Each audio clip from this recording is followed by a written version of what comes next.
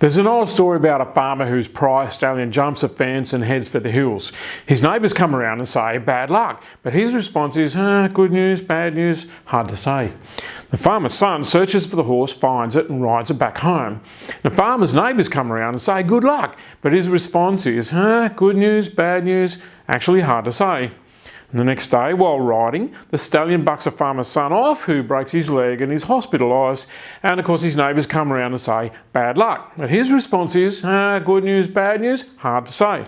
Soon enough, the army comes around recruiting for the war, but pass the farmer's son by because he's too injured. And the neighbours come around and say, good luck. But his response is, good news, bad news, hard to say.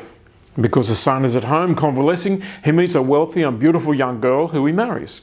And once again, the neighbours come around and say, good luck. But the farmer's response is, good news, bad news, hard to say. Really, the story demonstrates that we have no idea whether something is good or bad because we actually need time and perspective to figure that part out. It also shows how we react differently based on that changing perspective. I reckon the worst, the most devastated I ever felt was when the girl I asked to marry me said no. She followed it up with letting me know that she was pregnant to somebody else. So, good news or bad? Well, let me tell you, if you haven't figured it out already, I was as close to suicide as I've ever been at that time. Then I met the girl who is now my wife, Mary. We've been married 47 years. We have 2 kids and 2 grandkids that I love beyond my capacity to put in words. That day when the first girl said no, was it the worst day or the best day of my life? The truth is it was both. In the short term it was gut-wrenching. In the long term I'm forever grateful. I refer in my workshops to this concept as the big picture and the small picture. We'll deal with the small picture first. The small picture intensifies our discomfort to the point where we feel we have to do something, anything, to decrease the pain. And we have to do whatever that thing is right now.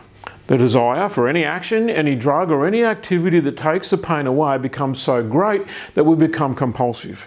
It's the beginning of an addiction of not getting uncomfortable. In fact, it's an addiction to not feeling pain, any pain for any reason.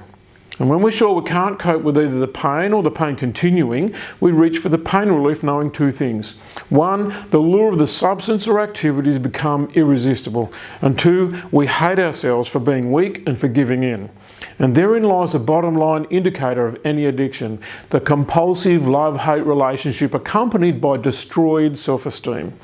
The overeater loves the sensation of food in their mouth. They hate how they feel when the food arrives in their stomach. They call themselves ugly.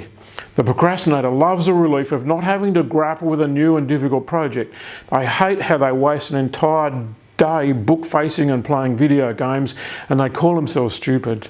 The perfectionist loves getting something pristine. They hate how they're driven to dot I's and cross T's, and they call themselves fanatical idiots.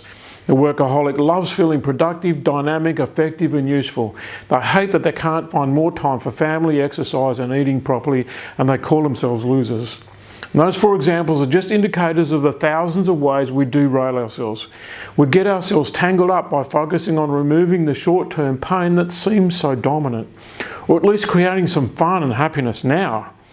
So let's look at the big picture. The big picture takes into account the passing of time. It allows us to see what we can't when we're blinded by the intensity of the small one. The small picture says I need a coffee and cake. The big picture asks if I want to be fit and healthy.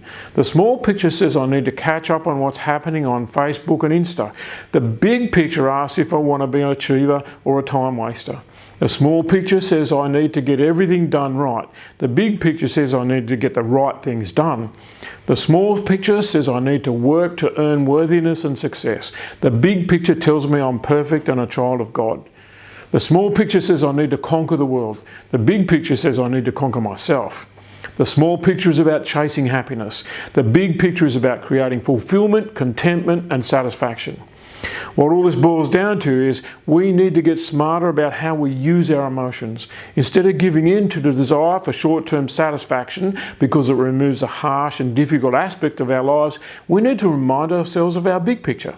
When we understand that we can swap a small amount of awkward and aggravating discomfort for long-term peace of mind, inner calm and well-being, doing what's good for us becomes significantly easier. When we have a big picture to hang on to, the need to be disciplined diminishes dramatically. When we have that big picture clear in our minds, what used to be a mountain turns into a molehill.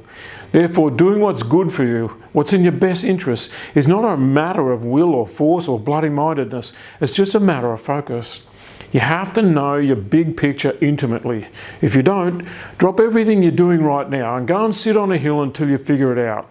If you don't go sit on that hill, you'll be led around in circles by your compulsions for as long as you breathe.